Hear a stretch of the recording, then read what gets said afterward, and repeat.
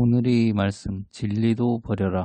오은계의 삼가 경문 시고 공중무색 무수상행식 무한이비설신이 무색성향 미촉법 무한계 내지 무의식계 무무명 영무 무무명진 내지 무노사 영무 노사진 무고진멸도 무지 영무득. 해석. 그러므로 아무것도 아닌 이 마음 가운데는 물질도 없고 느낌, 따짐, 저지름, 버릇들도 없으며 눈, 귀, 코, 입, 몸, 뜻도 없으며 형색, 소리, 냄새, 맛, 물체, 이치도 없으며 쳐다보는 일도 없고 내지 생각해보는 일도 없으며. 청담 스님 설법. 아무것도 없는 내 마음 가운데는 이 세상의 모든 만법이 다 없어져서 마음만 오롯하게 남아있고 그 자리에는 물질도 정신도 색도 수상행식도 없습니다. 앞에서 말한 5가지 색 수상행식이 오온이 없다는 것을 되풀이한 것입니다. 그 다음에 다른 것까지 없다는 것을 설명하는 전제로 되풀이한 것입니다. 그 다음에는 안이비설 신의의 6가지가 없다 했고 또 색성향 미촉법의 6가지 그리고 무한계 내지 무의식계라고 했는데 이것도 6가지를 내지라는 말로 줄여서 표현한 것입니다. 그래서 합하여 18가지이므로 18개라 하는데 이 18개가 다 없다고 한 것입니다. 안이비설 신이 눈, 귀, 코, 혀, 몸, 뜻은 객관세계를 대하는 뿌리가 된다 하여 육군이라 합니다. 눈은 물체의 모양이나 빛깔을 보는 뿌리가 되고 귀는 소리를 들을 수 있는 뿌리가 되고 혀는 맛을 아는 뿌리가 되고 몸은 촉각을 느끼는 뿌리가 되고 우리의 뜻은 무엇을 생각하고 사고하는 뿌리가 되므로 이 6가지를 육군이라 한 것입니다. 그 가운데 설근의 경우는 혓바닥으로만 맛을 아는 것처럼 되어 있지만 그런 것은 아니고 이것은 아마 인도 사람들이 관습상 그렇게 표현된 것인 만큼 우리말로 번역을 할 때에는 입으로 하는 것이 옳습니다.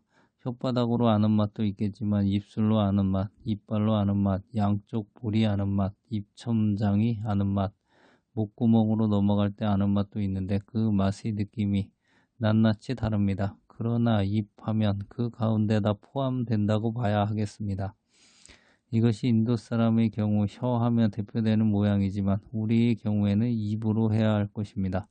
입도 없고 몸뚱이도 없고 뜻도 없다고 했는데 뜻이라는 것은 자기 사상, 자기 주의, 자기 주장 같은 것을 내세우는 주관을 말합니다.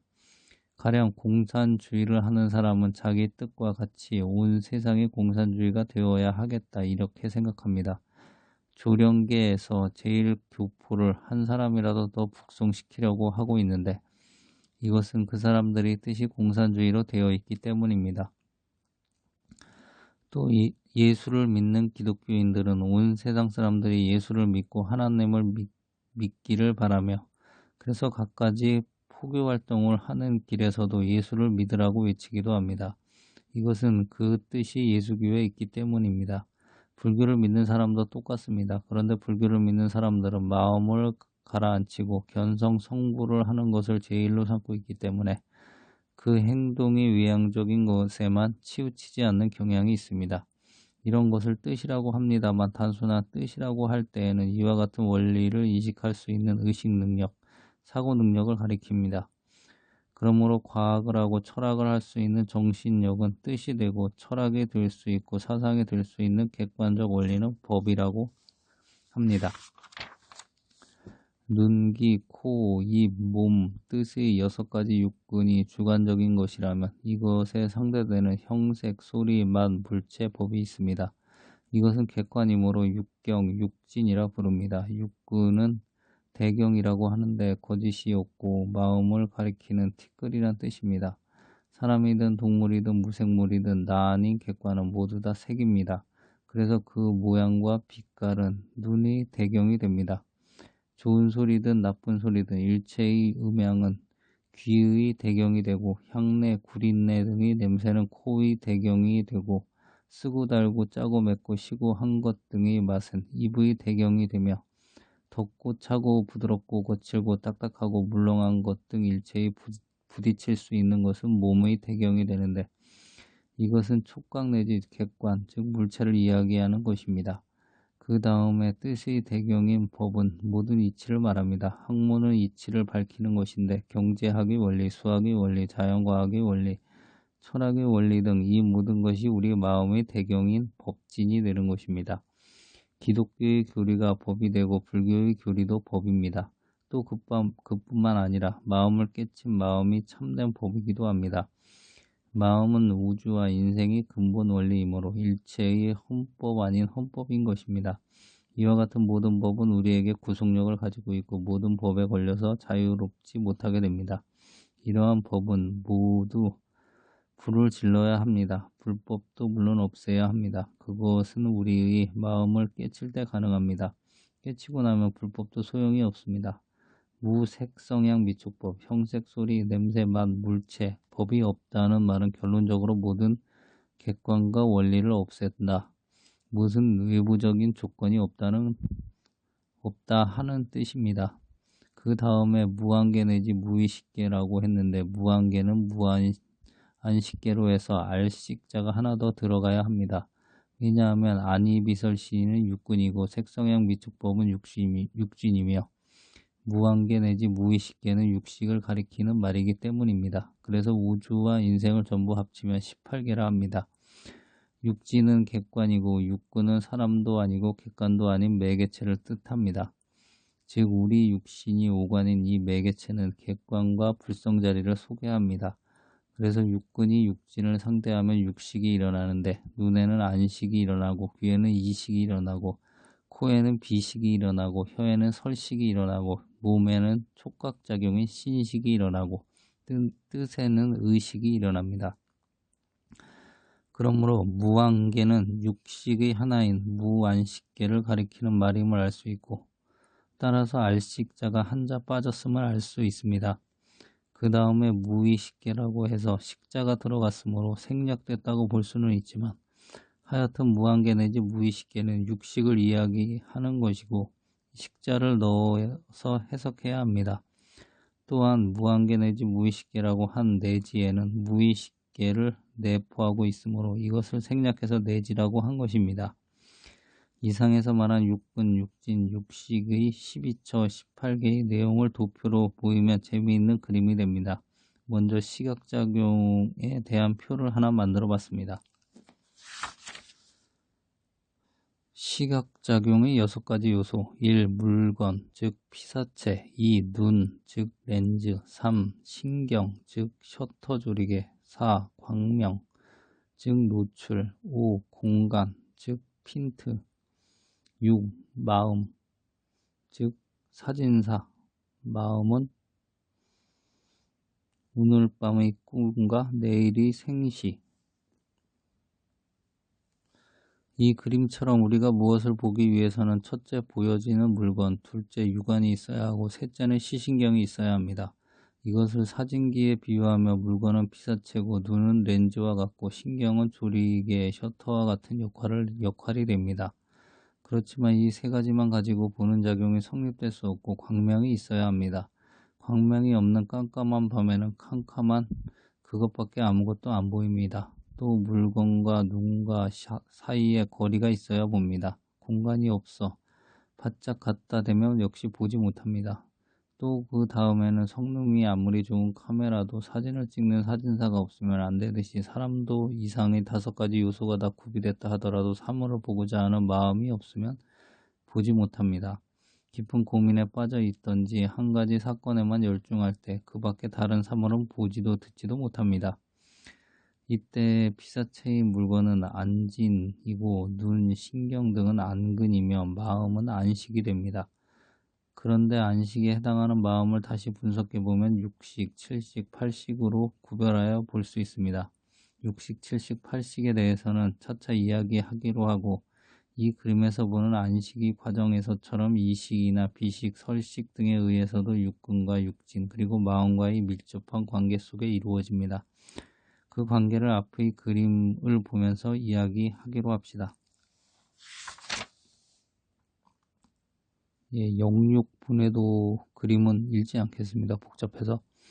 이 그림에서처럼 육근이 육진을 상대해서 의식작용을 일으키면 이것은 제6식의 사리판단, 오후 미추이 분별을 해서 팔식이 마음속에 깊이 감추어 둡니다. 눈으로 본 것, 귀로 들은 것, 코로 맡은 것, 입으로 아는 맛, 몸이나 피부로 느끼는 감촉 등을 육식이 판단해서 칠식을 통해 팔식에 저장해 둡니다. 눈으로 본 것은 텔레비전 필름 모양으로 감아서 보관해 두고, 귀로 들은 것은 라디오 녹음 테이프로 보관해 둡니다. 사진을 찍어두고 기록해 두고 기억을 해둡니다. 눈은 물질로 완전히 드러난 것을 본다고 하여 현색이라고 하는데, 현색 중에 청황, 적, 백, 극, 오색을 비롯한 각 온갖 색깔과 둥글고 모나고 세모꼴, 평면 입체 등의 온갖 모양새가 두 가지가 있습니다. 안식은 귀나 코보다도 우선적이고 제일 중요하므로 제일식이라 하고, 다음에는 귀로 들어서 소리를 아는 이식을 제2식이라 합니다. 그리고 비식이 제3식, 설식은 제4식이고 촉감의 신식은 제5식입니다.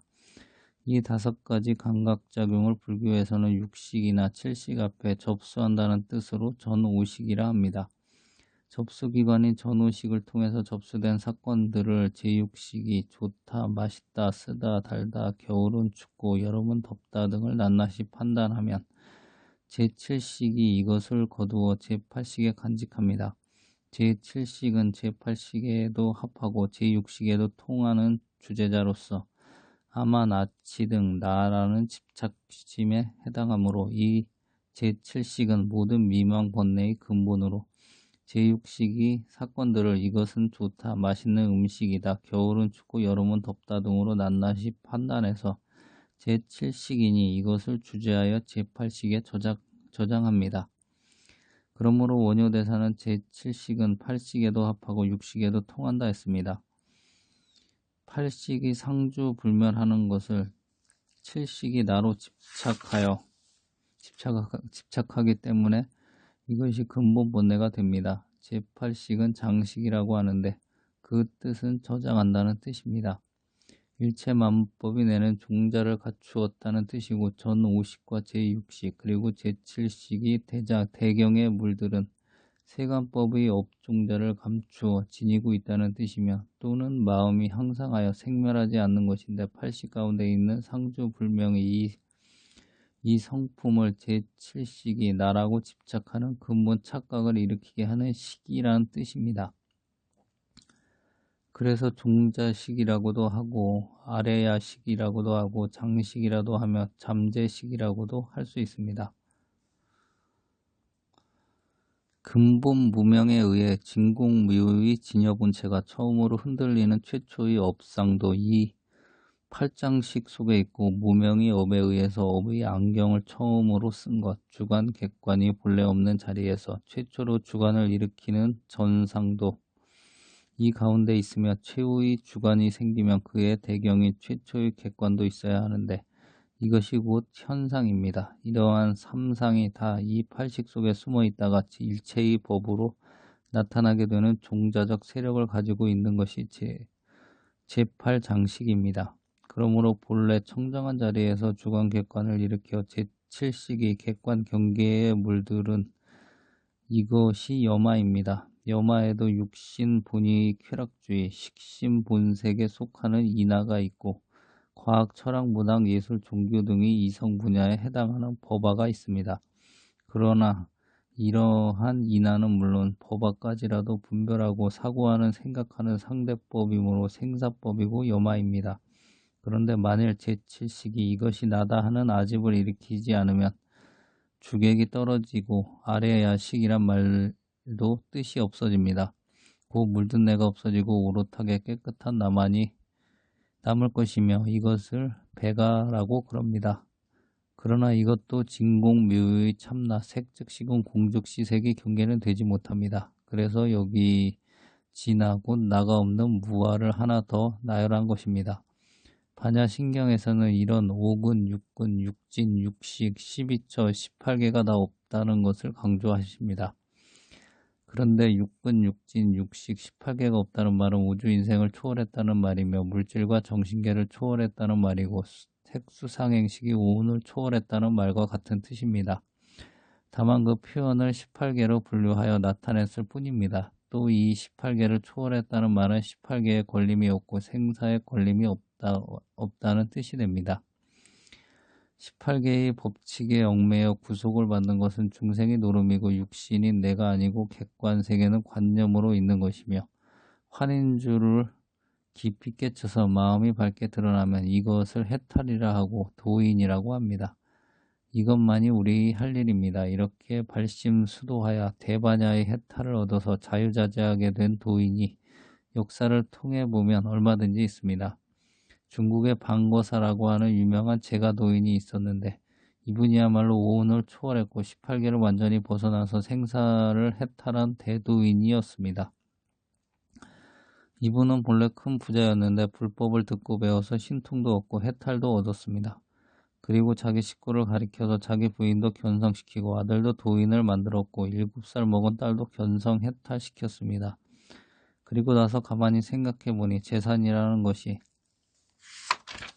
전생에 내가 복을 좀 지으려고 하는 더러운 생각으로 착한 일 좀 해가지고 모은 것이니 누구를 준다는 것이 그것도 역시 부끄러운 일이라 생각을 했습니다. 그래서 요사이로 치면 트럭 같은 것을 동원해서 재산을 실어다 바다에 쓸어 넣으려고 했습니다. 그러자 친구들은 미쳤다고 만류했고 불쌍한 사람들이나 도와주자고 하여 방거사는 자기의 모든 재산을 처분해 친구들에게 일임했습니다. 그 후 아들은 남의 집에 가서 밭도 매주고 산에 가서 나무도 해주고 밥이나 얻어 먹었습니다. 그의 부인은 남의 집에 가서 그릇이나 씻어주고 그릇 씻은 찌꺼기 남은 것을 조리에 받쳐가지고 그것만 먹곤 했습니다. 남에게 신세 안 지고 보살행으로 산다는 뜻입니다. 남에게 신세를 지면 꼭 갚아야 합니다. 또 견성한 도인일수록 계행을 엄하게 지키고 함부로 행동하지 않습니다. 이렇게 지내던 어느 날 방거사가 세상을 떠날 때가 되었습니다.